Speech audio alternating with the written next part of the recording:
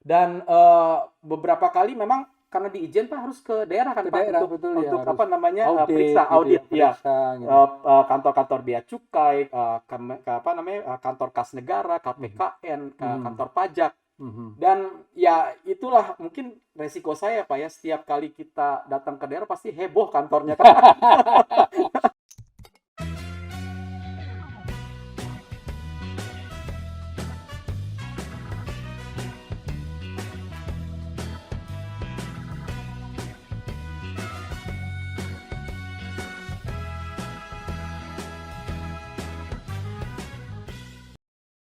Ini Edwin Manang sang akan jadi pejabat pemerintah. Amin.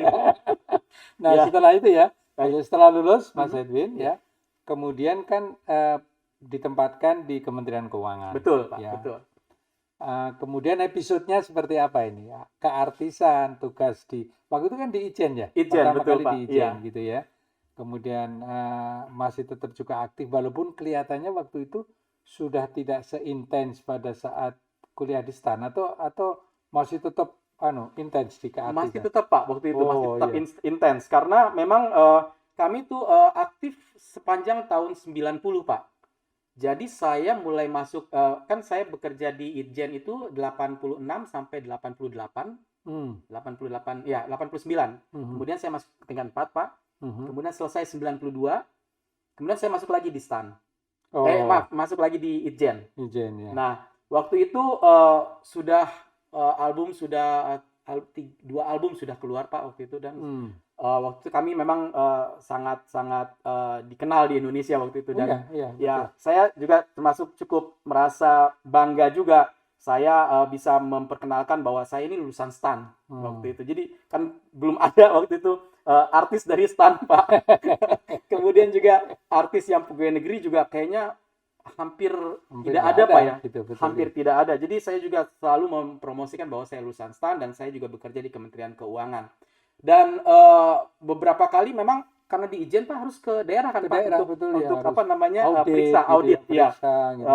Kantor-kantor bea cukai, apa namanya kantor kas negara, Mhm, KPKN, mhm, kantor pajak. mhm. Dan ya itulah mungkin resiko saya Pak ya, setiap kali kita datang ke daerah pasti heboh kantornya kan. Bisa dipahami itu. Iya Pak. Jadi bukannya saya, jadi kadang-kadang saya juga agak bingung karena saya mau melakukan tugas tapi ada yang minta foto, ada yang Iya, iya. ya Jadi jadi tapi itu merupakan malah satu. gini, jangan-jangan malah yang tadinya nggak diaudit malah, Mas tolong saya diaudit dong. Ya itu Itu. pengalaman-pengalaman yang Iya, menarik iya, buat iya. saya Pak ya. Betul, betul, betul. Dan ya tapi saya satu lagi yang saya ingin apa namanya saya tetap berusaha untuk menempatkan diri saya sebagai pegawai negeri juga Pak. Karena Mhm, biar bagaimanapun kalau saya sedang melakukan tugas saya pegawai negeri bukan artis Pak. mhm, mhm. Karena kalau saya tidak bisa membedakan itu tentunya nanti teman-teman yang lain, teman-teman sesama apa namanya pegawai negeri sipil juga akan ada rasa bagaimana gitu Pak. Jadi saya berusaha untuk menjaga itu supaya saya tidak merasa bahwa saya ini artis yang sedang melakukan tugas sebagai pegawai negeri, tapi saya pegawai negeri yang melakukan tugas sebagai pegawai negeri gitu Pak. Mhm. Jadi Ya, berusaha low profile lah Pak, iya, jangan iya, sampai iya. terlalu apa terlihat Luar gimana biasa. gitu Pak. Saya kira ini very extraordinary gitu ya, sebagai seorang artis yang punya karakter seperti itu. Saya kira ini tidak lepas dari pendidikan keluarga juga ya, Mas, Iya Pak. Mas Edwin ya. Jadi bisa punya memiliki sebuah komitmen yang luar biasa untuk tetap menjalankan tugas di pemerintahan gitu. Tapi waktu itu Mas Edwin ya, orang tua mendukung Mas Edwin eh, awalnya jadi artis, kemudian masuk STAN dan bekerja di pemerintahan gitu. Sangat mendukung Pak. Oh Jadi begitu ya Pak ya? iya, Oh, kebetulan kan ayah saya kan pelaut Pak. Kalau ayah saya oh, pelaut dan memang rata-rata di keluarga saya jarang ada yang jadi pegawai negeri. oh iya Mungkin iya, baru iya. saya yang pertama kali jadi pegawai negeri.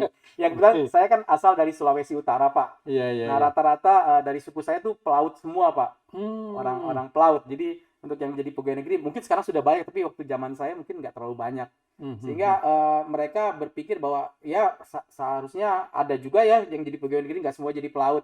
Dan Iya iya iya. tadinya ayah saya ingin saya supaya menjadi dokter sebenarnya. Oh iya Karena iya. beliau dulu pernah kuliah sampai di UI juga pernah kuliah kedokteran, Pak. Oh, Cuma nggak sanggup terus karena biaya. karena Orang tuanya biaya di ya. kampung sana nggak sanggup. Iya, iya. Sehingga waktu itu dia beralih, dia sekolah pelaut lagi di apa namanya, sekolah pelaut sehingga menjadi kapten kapal. Hmm, Nah, dia ingin saya jadi dokter. Cuma saya bukan minat saya jadi dokter, Pak. Jadi saya memang lebih minat ke masalah-masalah sosial, hmm. ke masalah sejarah, kemudian masalah apa namanya? Saya suka sejarah, Pak. Oh, Kemudian iya. saya suka juga ya ekonomi juga saya suka, tapi memang nggak terlalu. Hmm. Saya lebih suka sebenarnya waktu zaman SMA saya tuh lebih suka biologi sebenarnya, Pak. Oh, Iya. Jadi iya, iya, iya. jadi itu yang saya alami sehingga saya pikir waktu itu karena saya memang nggak berminat jadi dokter, jadi saya harus bisa juga mandiri supaya tidak merepotkan orang tua. Gitu sih sebenarnya, Pak. Oh, benar. Ya. Ya, tapi tidak jadi dokter, jadi doktor Jadi sekarang. ya itu janji saya Itu. sama orang tua saya sama ayah saya. Ya betul, Kalau Pak. jadi apa namanya? Saya kira orang tua Bapak itu sangat bangga sekali melihat keberhasilan Mas Edwin ini yang luar biasa, punya dedikasi dan insya Allah ini akan menjadi inspirasi Amin, amin, dari amin. generasi muda. Nah, Mas Edwin kemudian Mas Edwin kan juga sempat mendapatkan tugas belajar di Ya, Amerika ya, di Illinois University. ya. Illinois itu kan lulusannya jadi pejabat semua. Just mention ya, Iya, coba iya betul. itu wah itu dari mana Illinois? Wah ini luar biasa ini. Saya juga tadinya memang tidak pernah terpikir akan bisa sekolah di University of Illinois, Pak ya. Ya, Jadi yang kebetulan waktu setelah saya lulus akuntan, ya, kebetulan kan saya kembali lagi ke Itjen, Pak. ya, ya. Dan waktu itu setelah saya setahun di Itjen, ada kesempatan untuk ikut tes untuk apa namanya beasiswa. Beasiswa ya, Ya, ya. saya ikut dan ternyata lulus juga, Pak. Lulus juga untuk bisa mendapatkan beasiswa dan waktu itu kita persiapan sekitar setahun di Jakarta, kemudian 6 bulan di Boulder di Colorado, Oh, 6 bulan di ya Boulder ya, ya, di ya. Economic Institute Academic dan setelah itu Institute. baru berpencar ya. Waktu itu saya diterima di 3 university, Pak. University of American University di DC, Washington Di DC. New York, iya di DC, Ya. DC ya. Kemudian satu lagi di California, saya lupa namanya university apa, dan yang ketiga di Illinois, Pak. Illinois, Illinois, ya. Saya berpikir bahwa supaya saya bisa cepat lulus, saya cari yang tempatnya tidak dekat kota besar. Dan Illinois itu kan, Pak, Bahaya ini ya, kalau artis dekat kota besar ya. iya betul. Terlalu banyak mainnya nanti, Pak, di sana. Iya, Jadi iya, iya. kebetulan Illinois itu termasuk yang ya rankingnya baik, kemudian juga apa namanya tempatnya juga di jauh dari Jauh ya, di betul, betul. kota-kota besar Iya. sehingga saya bisa Dan ada salju kan yang jelas. saljunya, Pak. Wah, Aduh, itu sampai bahaya. sedengkul, Pak. Kalau lagi Iya, winter, Pak. Ya. luar biasa. Seru, Pak, dan Iya. itu memang pengalaman yang luar biasa buat saya bisa sekolah di Amerika itu belum pernah terbayangkan dan saya bisa menyelesaikan dalam waktu 1,5 tahun waktu itu. Luar Iya. biasa ya, ya. Dan itu teman-teman di Kementerian Keuangan Muda pada saat itu melihat, Edwin sekolah di Amerika ya. Berarti itu sudah membuktikan, it's proven gitu bahwa Edwin memang bukan artis sembarangan. Artis yang pintar sekali gitu sehingga Itu juga karena doa orang tua, Pak. insya Allah Pak, Iya. ya itu jadi itu luar biasa. Iya. Nah, Mas Edwin setelah kembali dari Illinois, kemudian ke Itjen, kemudian setelah itu Mas Edwin kan sekarang ini di Menko Perekonomian. Betul, betul. So how is the story itu Mas? Kok bisa pindah ke ekonomi? Dan saya di CV Mas Edwin saya pernah baca juga, Mas Edwin pernah juga di Direktorat Jenderal Perimbangan Keuangan ya. Iya, betul, Pak. Cuman saya waktu di sana Mas Edwin sudah nggak ada Saya kelihatan. sudah pindah ke Sudah pindah, ya. Kementerian Perekonomian, Pak. Ya, Iya. gimana ceritanya Mas ya? Jadi begini, Pak, kan saya setelah selesai S2 itu tahun 97 kembali ke Kementerian Keuangan, ke Inspektorat Jenderal, dan itu sampai tahun 2001, Pak. Nah, kemudian 2001 itu ada pengumuman pembentukan Dirjen baru waktu itu. Dirjen Perimbangan Keuangan Pusat dan Daerah, Pak, waktu itu namanya, PKPD. PKPD, Iya. iya. Dan Dirjennya adalah Pak Mahfud Siddiq. Pak Mahfud Siddiq ya, Iya, pertama kali waktu itu. betul.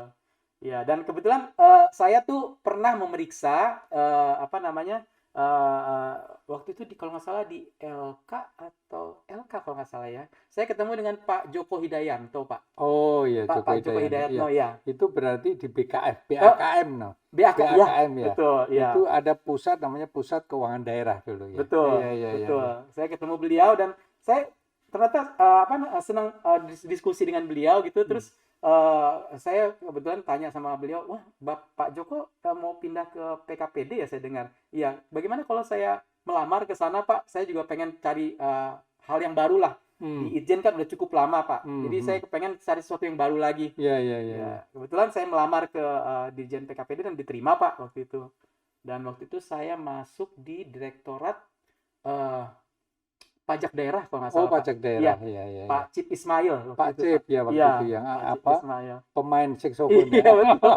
Dan beliau memang memilih saya karena dia tahu saya penyanyi gitu Iya, Pak. iya, Jadi iya. bisa kadang-kadang beliau yang main saksofon, saya yang nyanyi gitu Pak. Oh, iya, iya, cocok lah ya Saya senang gitu. sekali dan saya sangat dekat dengan beliau Pak. Iya. Pak Cip ya. Nah, saya di sana, saya kalau tidak salah memegang kepala seksi pendapatan daerah Kalimantan dan Sulawesi kalau nggak salah waktu itu Pak. Iya.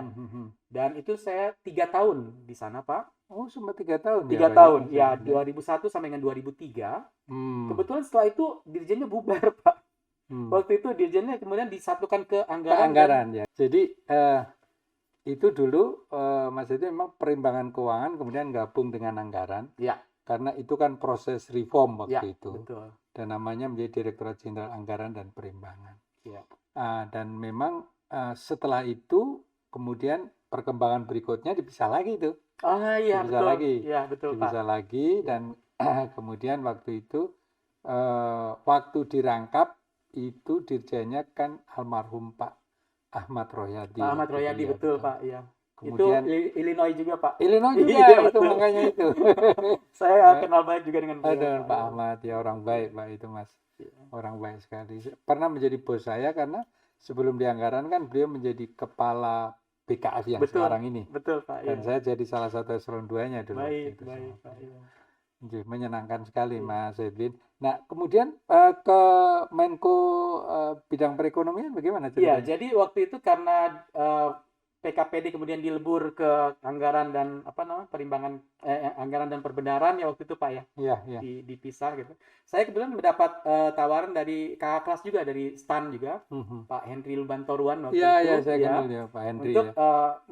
membantu dia di Kemenko Perekonomian. Kebetulan iya. dia waktu itu di kerjasama ekonomi internasional. Oh, iya. Dan saya juga punya hobi traveling kebetulan Pak. Oh, Jadi saya iya, iya. pengen, aduh gimana ya bisa merasakan kita bisa ikut membantu membuat kebijakan ekonomi untuk yang kerjasama dengan internasional.